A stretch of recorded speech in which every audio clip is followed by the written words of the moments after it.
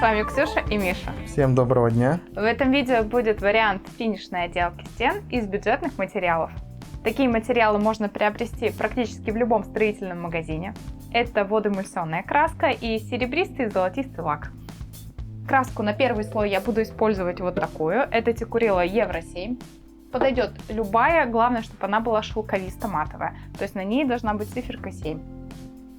Краску я предварительно отколеровала в серо-голубой оттенок. Буду наносить его при помощи валика с коротким ворсом. Переливаю в ванночку. Валик я использую слегка смоченный в воде, чтобы краска меньше впитывала и легче было прокрашивать поверхность. Подготовка поверхности должна быть очень хорошая, гладкая, без каких-либо косяков и дефектов.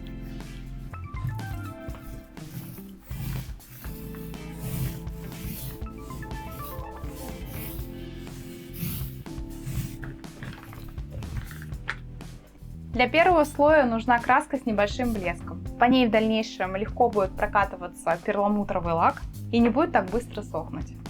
Работать с ним будет проще и удобно будет формировать рисунок.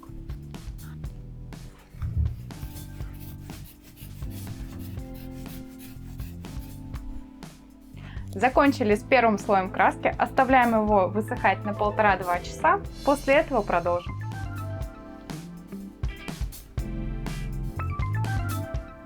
Краска наша полностью высохла. Теперь сделаем самодельный шелк. Для этого потребуется уже разведенный обойный клей и вот такой вот мерцающий лак, золотой и серебро. Это фирма Олимп, можно поменять на любой другой, золотистый и серебристый.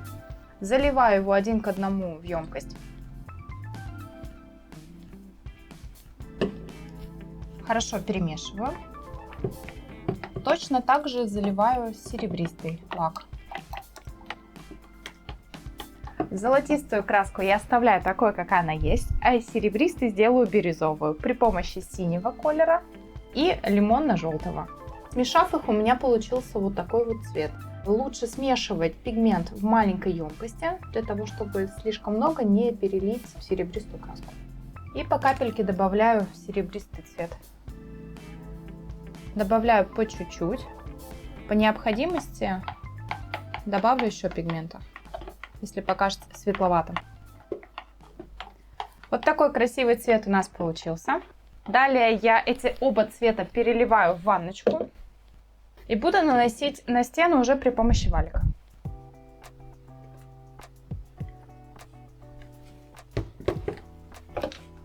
Делаю легкое такое перемешивание.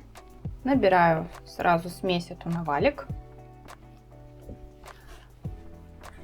Переношу это с валика на образец. Делаю это аккуратными движениями, чтобы цвета сильно не смешивались на поверхности. При смешивании цвета переходят друг в друга через зеленый оттенок, поэтому получается эффект такой без грязи. Очень естественный градиент. Если хотите в него добавить какой-то еще третий оттенок, то лучше взять зеленый либо более синий цвет. Заполнили небольшую площадь. Далее беру широкую кисть со смешанной щетиной и потребуется вот такой инструмент. Он похож на металлическую расческу, продается в магазинах декоративных инструментов либо на AliExpress. Беру самый широкий и при помощи кисточки сначала разглаживаю получившуюся фактуру вот таким вот образом. В разные стороны ввожу, слегка именно приглаживаю, чтобы не было эффекта шубы от валика. Также, если где-то получился слишком большой смаз цветов, то можно добавить еще при помощи кисточки. То есть берете и просто кисточкой чуть-чуть добавляете, где, к примеру, не хватает.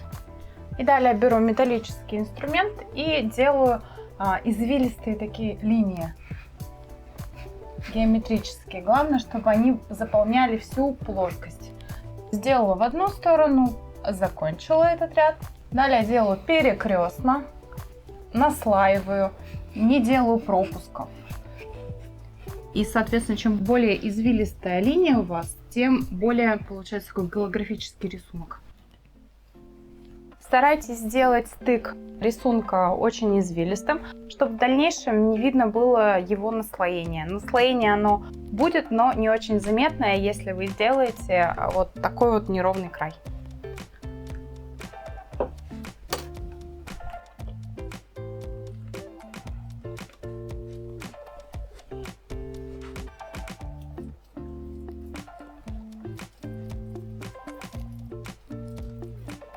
Сразу же кисточкой разглаживаю. Стараюсь нигде не пропускать следы после валика. Таким же образом все разровняли. Берем металлическую гребенку и начинаем со стыка формировать рисунок. Главное здесь именно приглядываться, где стык, где закончился предыдущий рисунок, чтобы двигаться по нему слегка внахлёст.